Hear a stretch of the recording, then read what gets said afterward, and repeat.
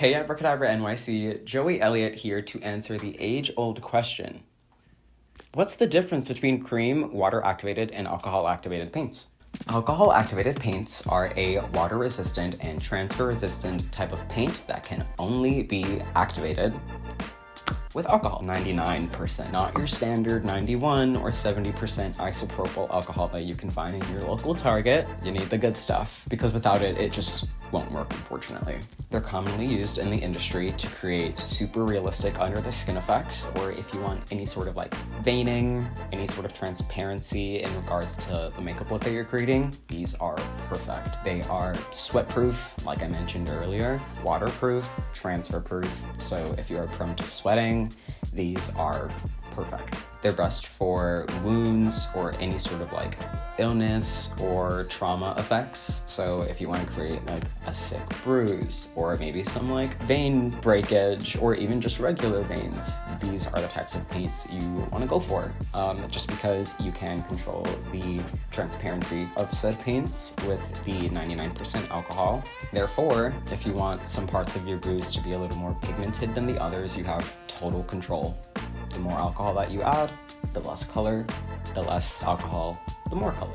Water-activated face paints are one of the most commonly used types of paint within cosplayers and their community. This little guy goes a very long way, and it can last you years upon years depending on how often or how little you use it. They're solid cakes straight out of the pan, and until you activate them with water is when they can be properly used as paint. I like to use them dry, straight out of the pan with no water for any sort of shadowing or highlighting or anything that requires any sort of blending. It's perfect for that. Just go in with a dry brush and then shadow as you will. So when you want to use it as a paint, simply take the lid of the pan, spray some water, or if you want to make it water resistant, I highly suggest using mixing liquid.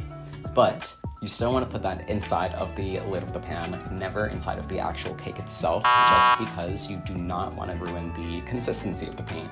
Leaving the water inside of the cake of the pan will just slowly deteriorate it and eventually turn it into a cream paint, and you don't want that. But take your liquid inside of the lid with a brush, just dip it in, dip it directly into the cake, and then onto whatever part of your body you're painting. I have two types of favorite water-activated face paints, that being paraffin wax-based and glycerin-based. Paraffin-waxed paints are a little thicker than your standard water-activated face paint. I would highly recommend them for any sort of line work or detailing, crisp lines, crisp shapes, that sort of deal.